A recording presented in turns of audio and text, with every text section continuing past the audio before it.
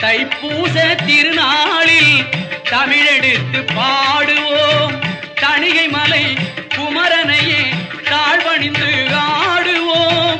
தணிகை மலை குமரனையே தாழ்